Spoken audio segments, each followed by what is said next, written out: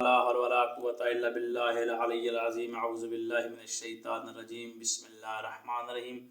السلام علیکم ناظرین، آج ہم ایک ایسا وظیفہ لے کر آپ کے سامنے حاضر ہوئے ہیں کہ جو لوگ کہتے ہیں کہ ہماری دعائیں قبول نہیں ہوتی۔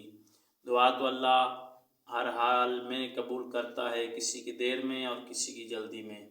دعا تو وہ قبول کرتا ہے، وہ کہتا تو ہے کہ ہم سے مانگو میں تمہیں عطا کرتا ہوں، کیونکہ وہ ہماری عبادت کا محتاج نہیں ہے، بلکہ وہ کہتا ہے کہ نماز پڑھنے آؤ تو پھر مجھ سے مانگو میں تمہیں عطا کروں گا۔ اور جو کہتے ہیں کہ ہماری دعا جو ہے وہ دیر سے قبول ہوتی ہے، ہمیں سمجھ نہیں آتی، تو ان کے لیے یہ وظیفہ بتا رہا ہوں۔ یہ بھی اللہ کا اسماء ہے، ان کو آپ نے پڑھنا ہے، قرآن کریم ہے۔ اب جب اس کو پڑھیں گے تو انشاءاللہ آپ کی دعا جلد قبول ہوگی، آپ کی دعا جلد مستجاب ہوگی۔ یہ دعا